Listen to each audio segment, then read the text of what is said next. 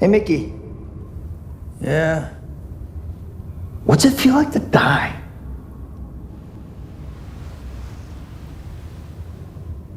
Hello, everyone. It's me, Sean Fennessey, host of the Big Picture Podcast. I have returned with yet another syllabus for a very exciting new feature film coming to movie theaters in March. I'm talking, of course, about Mickey 17. This is the new movie, the 8th feature film from Bong Joon-ho. It's also his first movie since 2019's Parasite, which was an extraordinary success, the likes of which we never could have predicted.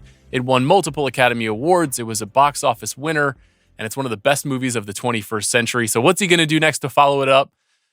Obviously, a movie about cloning Robert Pattinson. That's what Mickey 17 is. So what we're going to do today is we're going to build a syllabus on my beloved Letterboxd of all the films that you should watch before seeing Mickey 17. Now, we've done 2 editions of the syllabus thus far. We did one for Nosferatu, and we also did one for The Brutalist. The Brutalist one was really just out of hand. I'm really sorry about that. There were north of 30 films. Did you watch all 34 films that I cited for you in that syllabus? If you didn't, don't stop watching, but I need you to go back to your homework, revisit that syllabus, and then come back to this syllabus, because if you don't watch every single movie that I recommend, you have to die. You can't listen to any more of these. That's the rule. That's not the rule. Okay, let's start talking about movies. So as I mentioned, this is Bong's 8th feature film. He does an interesting thing. Historically, he tends to toggle between 2 film styles.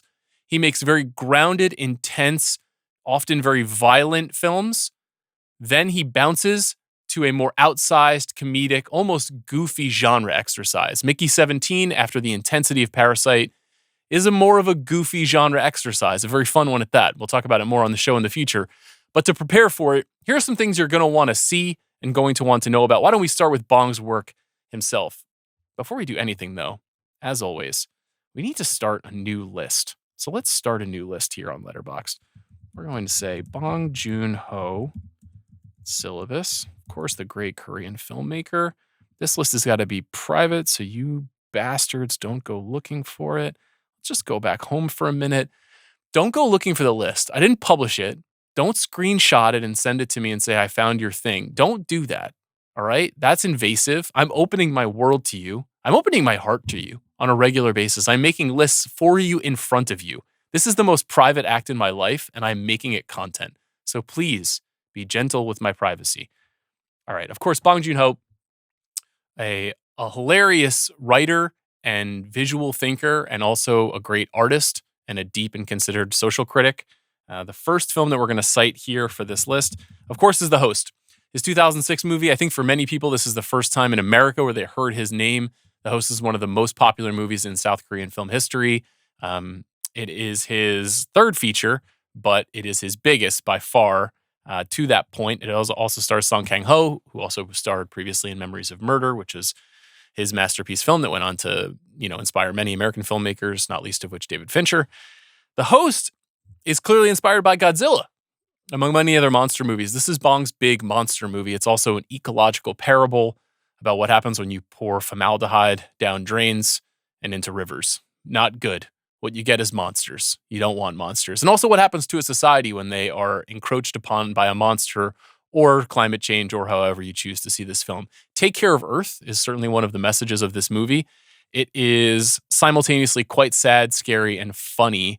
It definitely is in the lineage of what we're talking about. So there is The Host as our first ad. I'm going to add 2 more films here. As you can see, we have the entire collected works of Bong Joon-ho in a stack. But I think only 2 more are essential to prepare for this. The next one is Snowpiercer, which of course features several well-known American and English actors in addition to Song Kang-ho and Ko Ah-sung and a number of other Korean actors who he's worked with previously. Chris Evans, probably the most bold-faced name here, but also John Hurt in one of his last performances, Tilda Swinton in this movie, Jamie Bell, Octavia Spencer. An amazing story about social order, class, violence, speeding bullet trains in frozen terrains. Frozen terrains will come up again in Mickey 17, as will what happens to desperate people in a lower station in societies. Snowpiercer is riveting and scary, and also a little bit funny as well, though it is a macabre sense of humor that Bong is flashing. So let's just add that sucker to this list. Bong. Next, Okja. I've always been a little bit mixed on Okja, but Okja is probably the movie that Mickey 17 is closest to tonally. It is also a movie about not just taking care of our planet or taking care of our race, but taking care of other creatures and how we are all living together in a kind of eco community. Okja's about a pig. It's about a pig and a little girl and their deep relationship. And it's also about a maniac played by Jake Gyllenhaal. One of my rules is if Jake Gyllenhaal is playing a maniac in a movie, it's something I'm going to like. Even though Okja is probably a little lower on my personal bong list, it's definitely going on our syllabus. There we go. There's Okja. Here are all the movies. If you want to see maybe Barking Dogs Never Bite, you can check that out too. There's The Host, of course. Memories of Murder in a beautiful Criterion edition. And, of course, Mother. Bobby Wagner just told me he saw this film at the cinema recently. Probably the most underrated of all of Bong's movies. There's Snowpiercer. Beautiful Chris Evans. Sorry, I don't have the 4K yet. I'm working on it. There's Okja. And then there's Parasite. So that's all of his films. Then there's books. A few years ago, the critic and screenwriter Karen Han wrote a wonderful book about Bong. That's right, I'm introducing books to the syllabus. Buckle the fuck up. There are some books here. If you think the Professor Fennessey thing is a bit, it is a bit, but I'm still introducing books into your life. Dissident Cinema is the name of Karen's book. I highly recommend this book. It's both beautiful and insightful. And then on top of that, I just picked this up the other day. This is a graphic novel in storyboards of Parasite. Bong is legendary for his detailed storyboard work in his movies. He draws all of them. And throughout this incredible book, you can see how he visualized the story of Parasite, which is more complex than it seems initially, in book form. Check out those two books if you're interested in digging deeper into his work. So what outside of the world of Bong should we talk about? Well, there's a few different categories I thought of to prepare for Mickey 17. Cloning movies. Now, if you've seen the trailer, you've read the log line, you know that the 17 number of the titular Mickey, who's played by Pattinson, means it's the 17th edition of Mickey that we find in the movie. This movie is based on a novel, and in that novel, a character volunteers to become an expendable. And the expendables are essentially living human lab rats. They're people who are tested upon or who are asked to do things that any sane person that is not an expendable would not want to do. So cloning movies, there's a long history of cloning movies in American history and in international film history, probably foremost among them, the Invasion of the Body Snatchers. Now, I'm going to choose, we have a number of films you could choose from. There's 1956's Invasion of the Body Snatchers, the OG, directed by Don Siegel. There's 2007's The Invasion, directed by Oliver Hirschspiegel.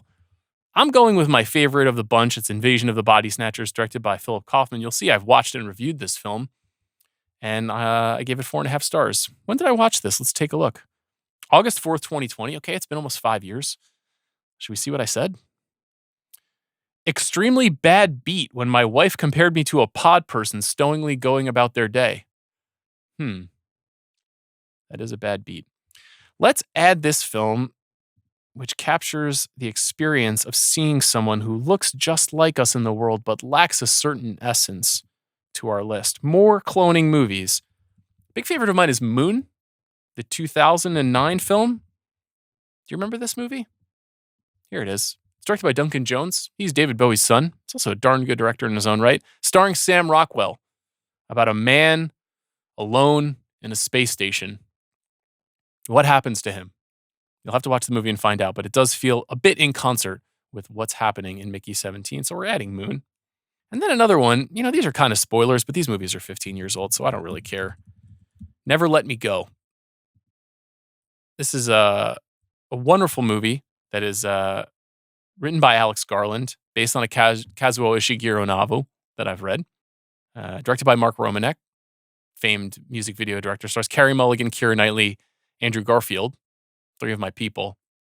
Very curious movie about three early 20-somethings living an idyllic life that is not all that it seems. This may not seem on the surface to be something that has anything in common with Mickey 17, but I assure you that it is. Okay, that's the cloning era. What about dystopian futures about rationing? Do you worry in the future that there won't be enough eggs or meat or bread to go around? If you are, maybe you should watch Soylent Green, which is a very silly but very fun movie starring Charlton Heston from 1973.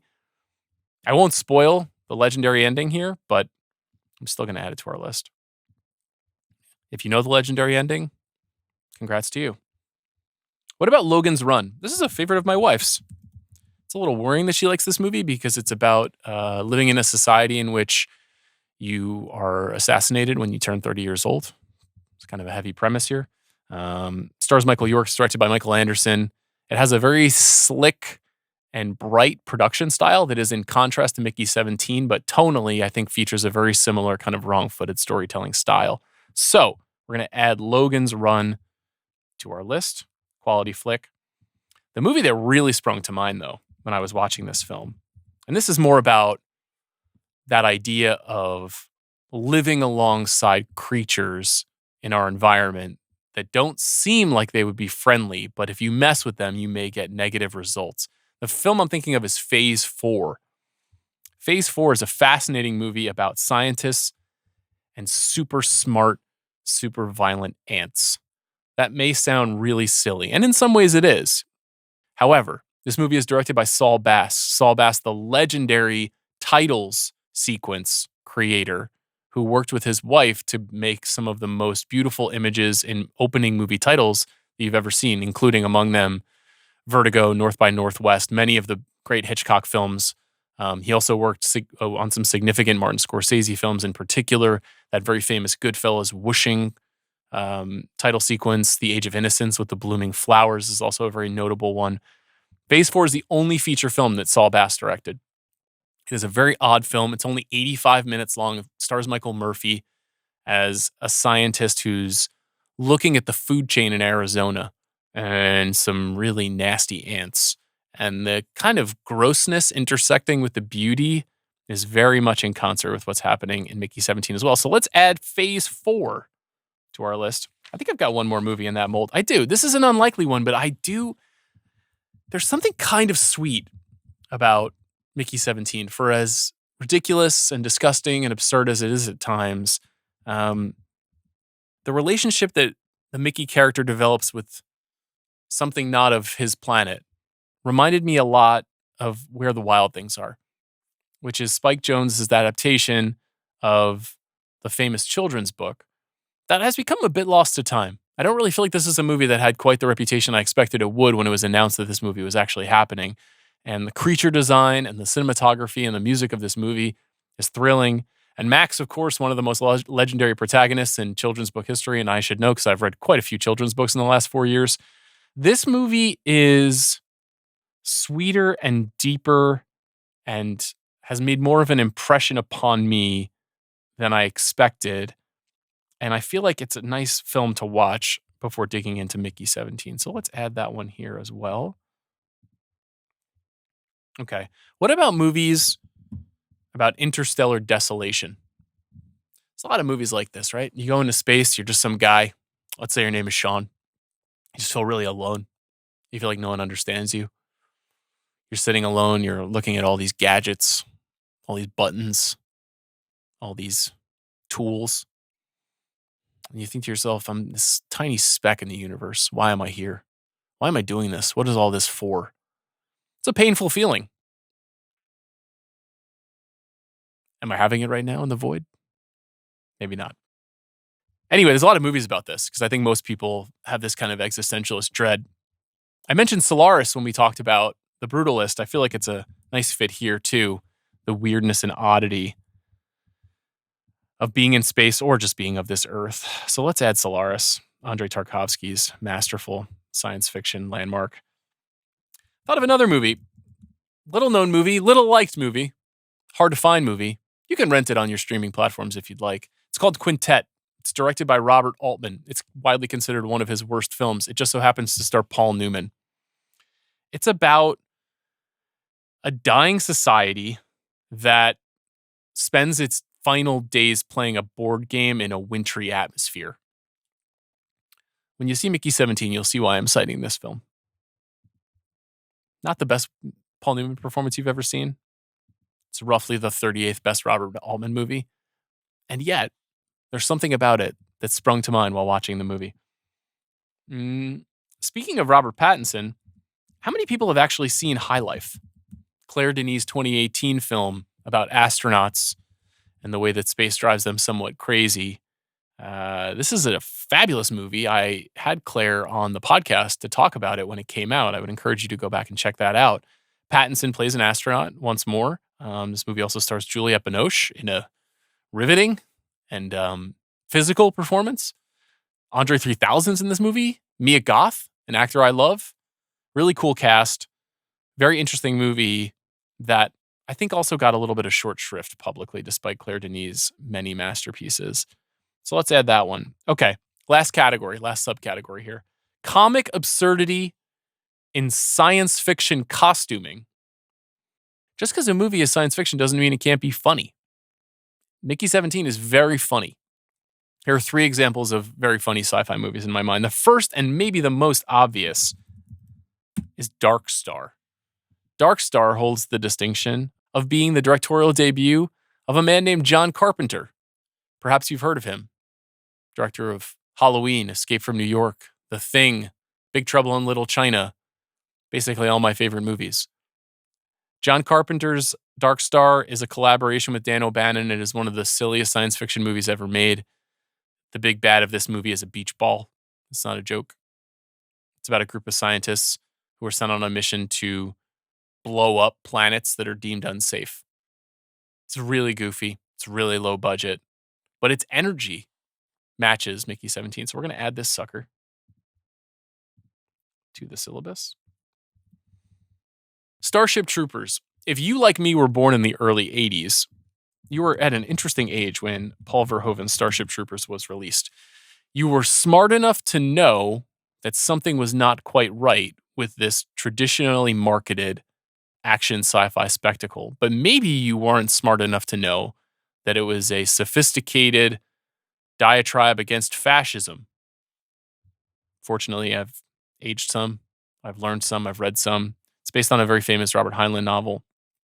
Here you can see I've also reviewed this movie since I joined Letterboxd in 2020. 4.5 stars. That's 2 of those we've got now. This movie is about the military operations at war with giant bugs and the government that is managing those military operations. Chilling film that is also hilarious. We're adding it to the list. I have one final addition to the list. A movie that has gained a big reputation since its initial somewhat quiet release. I'm talking about Mike Judge's Idiocracy. This is about a future in which everyone is extremely stupid. And Luke Wilson, is the smartest man in the world, but he's having trouble ascending to a certain kind of power. This movie's really funny. It's also sort of depressing when you put it in modern context. It's going on our list. Should we take a look at our list? How many movies did we add? Again, this is free. 16 films. The way I've got them listed here, they're not in alphabetical order. How do you guys feel about that? Is that okay? Alphabetical or chronological? What's the best way to do it? The best thing about Letterboxd here is if you want, you can list it any way you want. List order.